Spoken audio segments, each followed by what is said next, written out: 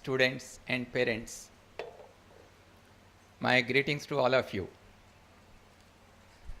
Before I start, let me tell you that usually the chief guest speech is put in the end, and the chief guest starts thinking that, well, he is going to speak something very important.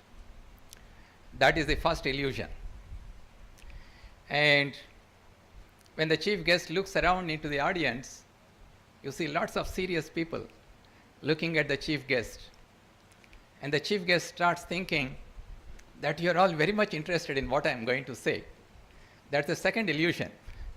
Why?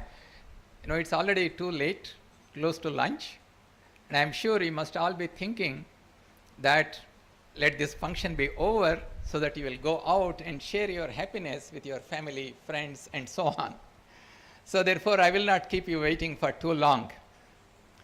I was listening to the reports by the Chancellor and the Vice Chancellor. I was truly happy to see the progress that your university has made in a very short time. I'm immensely happy because this progress by this university is happening in Meghalaya, which is one of the northeastern states.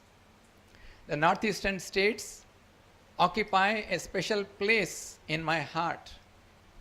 It's a very important region of our country. There are many students who study from northeastern states who study in JNU. You know that we admit only about 2% of the applicants into JNU. And if we have a large number of students coming from the northeastern states, it indicates the huge potential that exists among the youth of these states.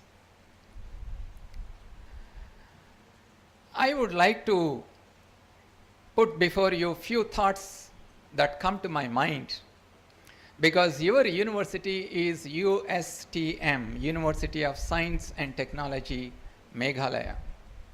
And I also heard from your Chancellor that you also give lots of emphasis on social sciences and humanities.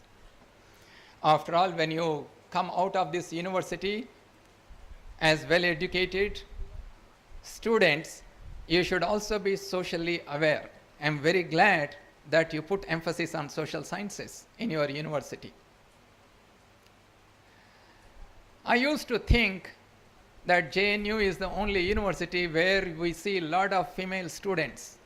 I used to feel proud that we have 53% of the student population who are females. But just now your Chancellor told me that your university has 57% females. So you have beaten us. You have beaten JNU. I'm very, very glad about it. Right. You see, ultimately, when you become good professionals, when you go out of this university, when you become the vehicles of transformation of this society, ultimately, the basic objective of all of us is to live happily. But we know that happiness is not something that you can chase and get it. Happiness is a product of the way we carry ourselves in our life. But today, there is a threat to how we conduct ourselves in our life. So I would like to share some thoughts before you. I was asking an economics professor, please tell me how the old economies started. So he said, see, in olden days, after fulfilling your daily requirements, people used to share their surplus with each other. They used to share with friends, families,